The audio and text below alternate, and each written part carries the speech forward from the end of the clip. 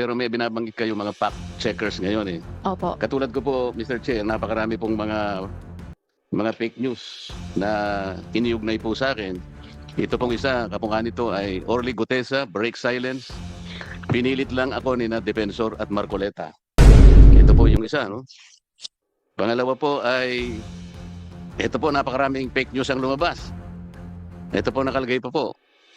Dear Rodante Marcoleta, sabi po niya, bakit pinag-iinitan mo ang tradisyon naming mga Katoliko?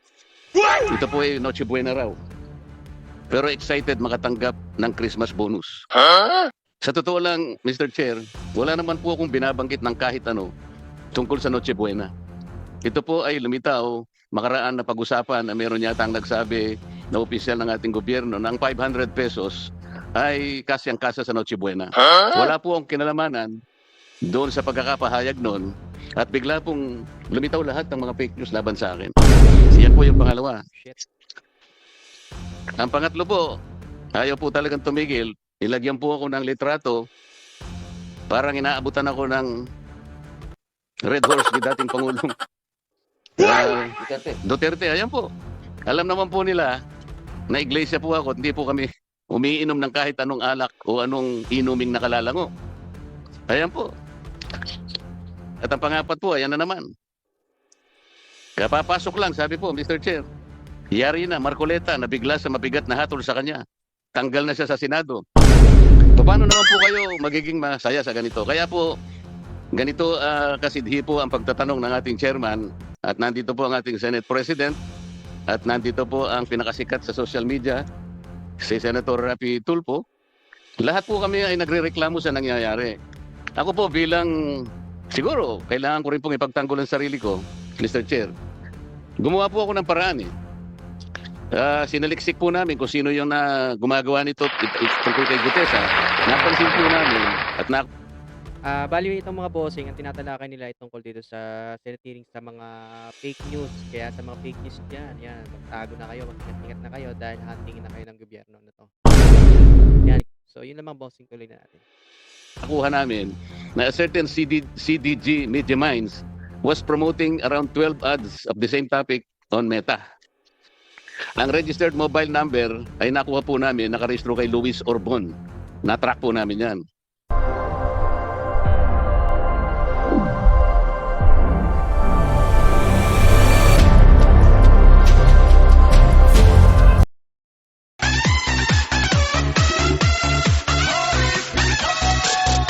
Ayan, magandang araw sa inyo mga bossing. This is Boss RMG News TV.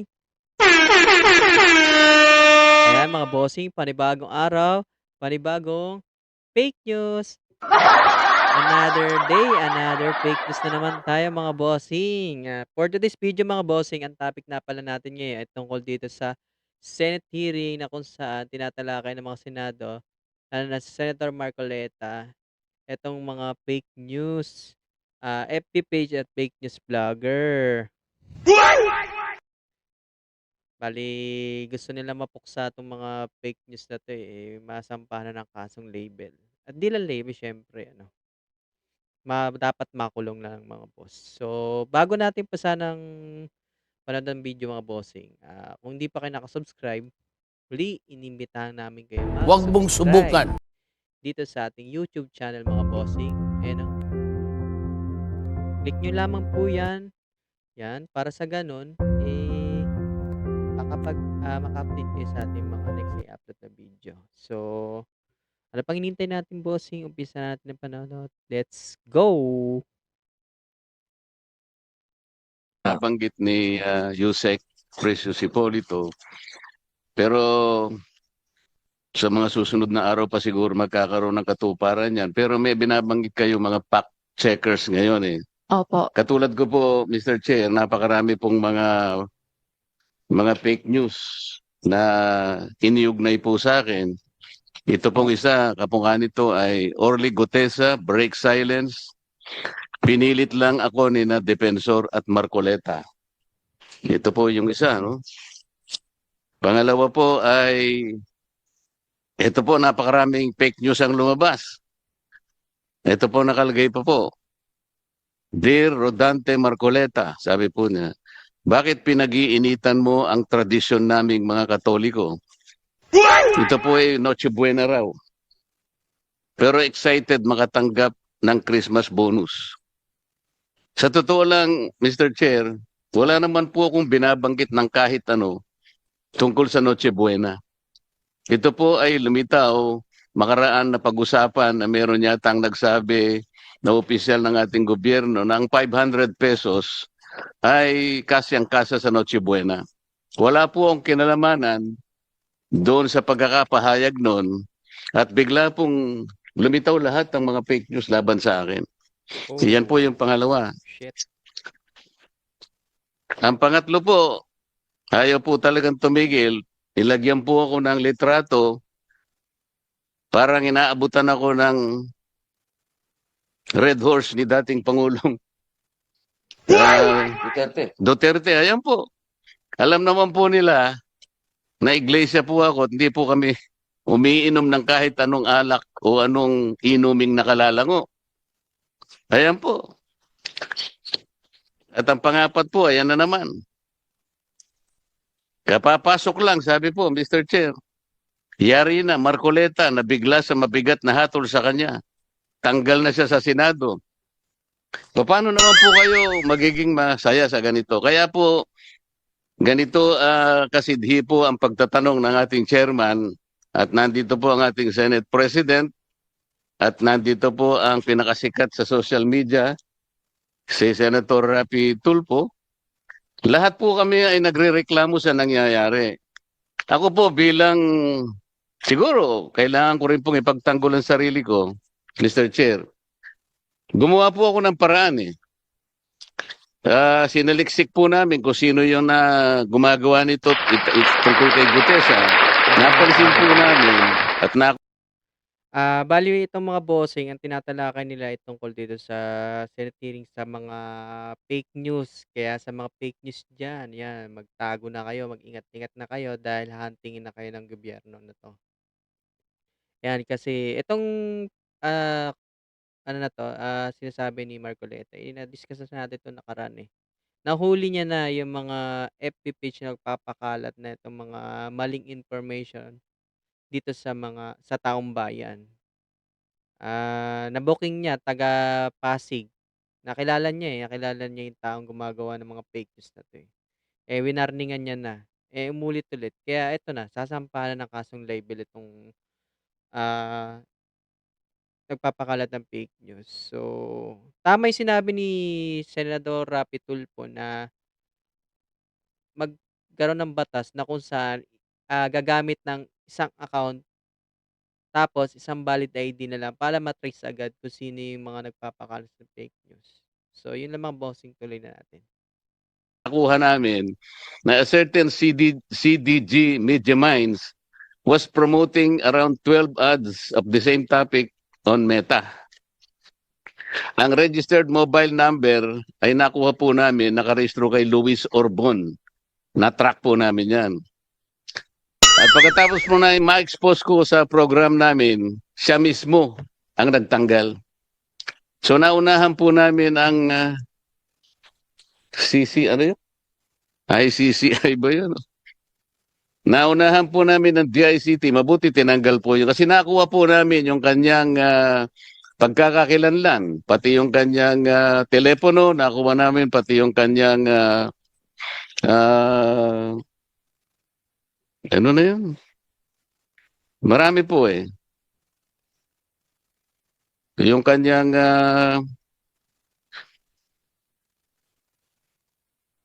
magkakakilanlan sa kanya.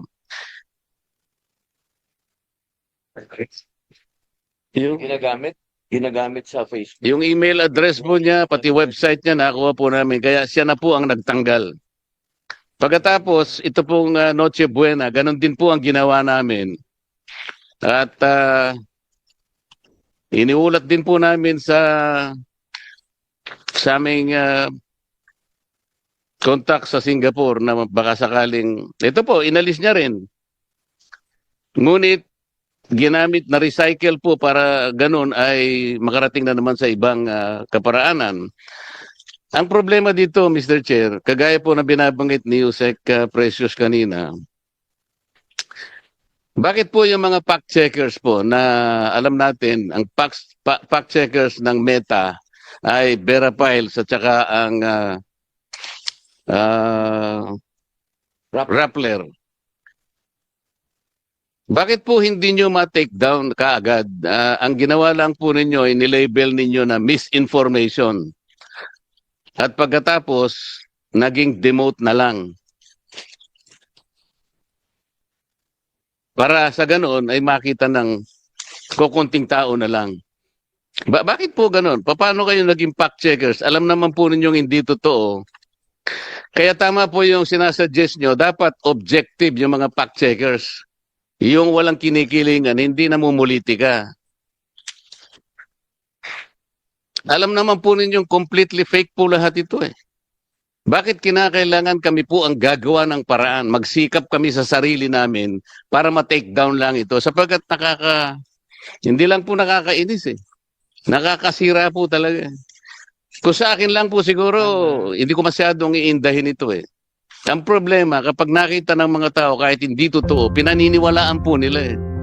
Their ability to mislead people, yun po ang masakit sa akin. Sa akin, kahit na hiyain ninyo ako, hindi masyado siguro sa akin yun.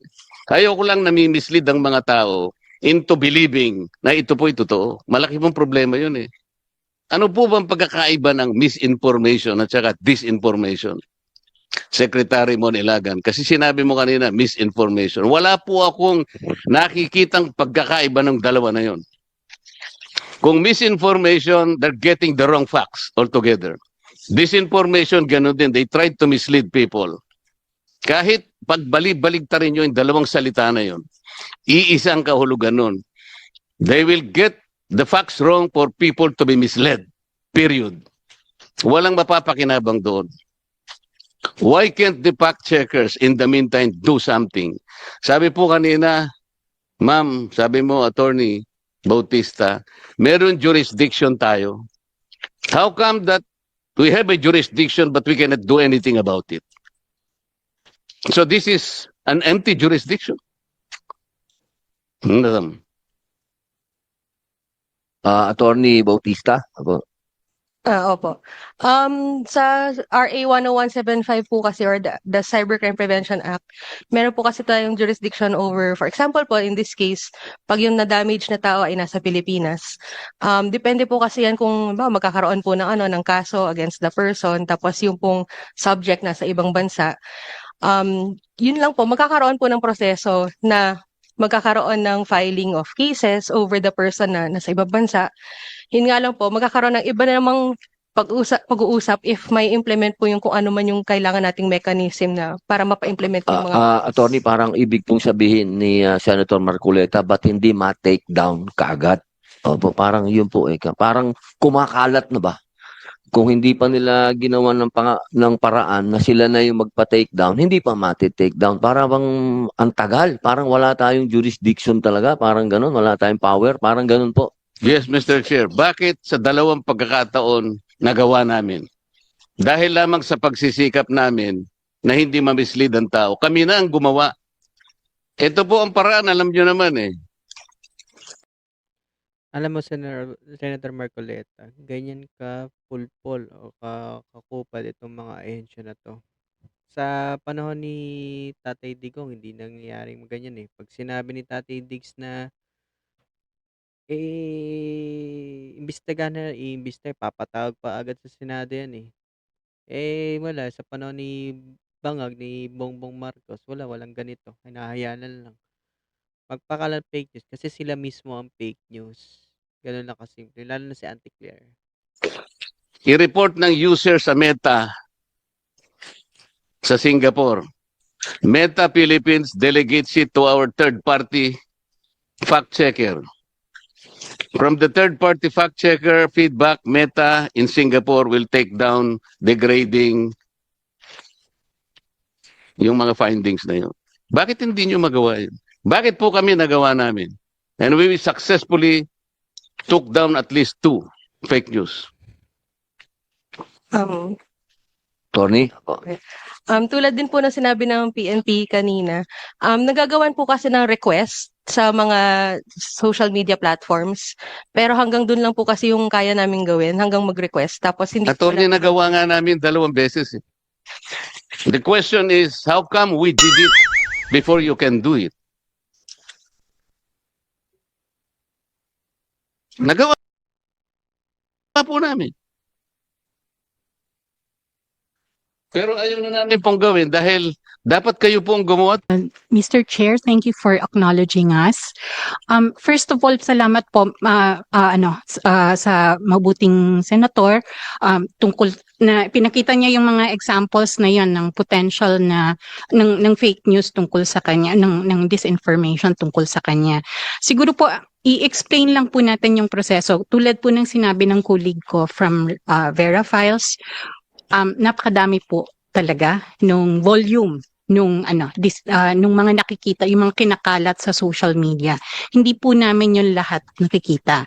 And ang isang paraan para tinitingnan namin paano mas marami kaming makita ay humihingi kami ng contributions mula sa publiko. So, pag may in-email po sa amin either through desk@rappler.com or through factcheck@rappler.com, yun po ay tinitingnan ng aming mga fact checker. Ngayon, may sinabi po kanina ang butihing senador na bakit labeling lang ang nagagawa namin. Ito po ay dahil hindi po talaga namin wala po kaming powers to take down. Ang nagte-take down po ay ang Meta, yung may-ari ng platform. Hindi po yung fact checkers. The only thing that we can do is to rate the content, yung link po doon sa sa social media platform na pag-aari lang ng Meta. Wala po kaming kinalaman sa mga ibang platforms din. Mr. Chair, pwede makasungit? Senator Raffy? Opo. Yeah, first of all, I would blame Rappler and Vera Files doon sa whether or not they're doing fact-checking kasi hindi naman nila responsibility yun eh.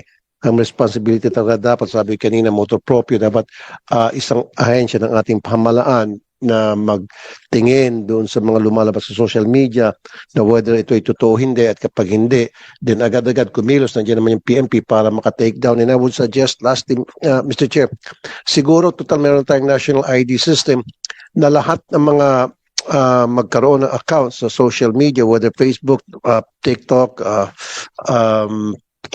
YouTube, whatever that is, kailangan mag-present ng ID para isang account lang ang pwedeng i-open. Kasi nangyayari kasi, Mr. Chair, ngayon, nakakapag-open sila ng 1-2 sawak account using dummy accounts. And these are the people na nag-umpisa ng mga fake news. Malakas ang loob nila dahil fake yung mga accounts nila. So why don't we come up with a law? Isasama siguro natin, Mr. Chair, dun sa batas na pinapasa mo, each and every person na gustong magkaroon ng account sa social media must register. They have to have the ID. Meron tayong national ID system, so hindi pwedeng sabihin anti-purto. At kapag once na-register ka sa Facebook, sa pangalan mong yun, hindi ka na pwedeng dumoble pa. So, ito, tapos na natin panoorin yung video mga bossing. Bali, yung reaction lang natin, kagaya sabi ko kanina, mag-ingat-ingat na itong gumagawa ng fake news kasi once na naipasa na itong batas na to, na sinasabi ni Senator Raffy na one valid ID is equivalent to one account only. Yan. Matitrace na po yung mga gumagawa ng fake news. So, yun lang mga bossing. Kung nagustuhan nyo ng ating video, muli, ayan mga bossing, inimbitahan kayo mag-subscribe para sa ganun maka-update kayo sa ating mga nice i-upload na video. So, yun lang mga bossing. Have a nice day and peace yo.